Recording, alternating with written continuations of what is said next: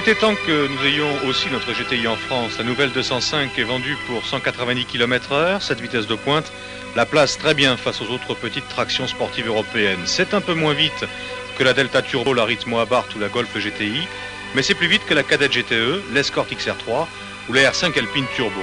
Pourtant la 205 n'a que 105 chevaux.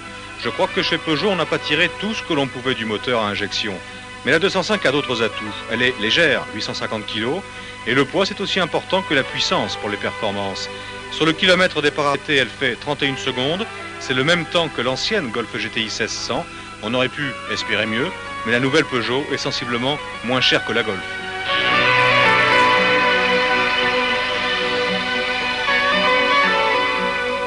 La première chose que j'ai remarqué effectivement, c'est la position de conduite. Je trouve que c'est très important dans une voiture sportive. Et avec les semi-baquets qui équipent la 205 GTI, on est très bien maintenu latéralement. Et ça, c'est très important si l'on veut conduire sportivement. Le moteur, s'il faut le comparer à un autre moteur, c'est évidemment celui de la Golf GTI qui sert de référence pour toutes ces voitures. Ils sont comparables, mais je dirais que la nouvelle Peugeot est un petit peu plus douce, plus progressive, moins violente que la Golf. C'est à la fois une qualité et un défaut.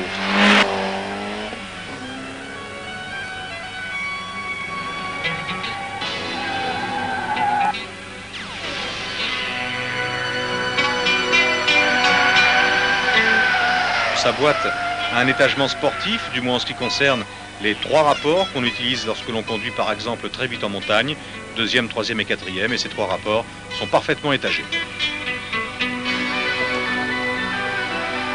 La 205, à mon avis, est la traction avant la moins sous-vireuse du monde. On arrive à son volant à oublier même que c'est une traction. Je parle des 205 en général, et la GTI ne fait pas exception. Il faut rouler sur le mouillé, c'est ce qui est arrivé pendant notre essai, pour arriver à retrouver du sous-virage. Et encore, il est incroyablement limité. Je crois qu'on peut dire un grand bravo aux techniciens de Peugeot pour le train avant.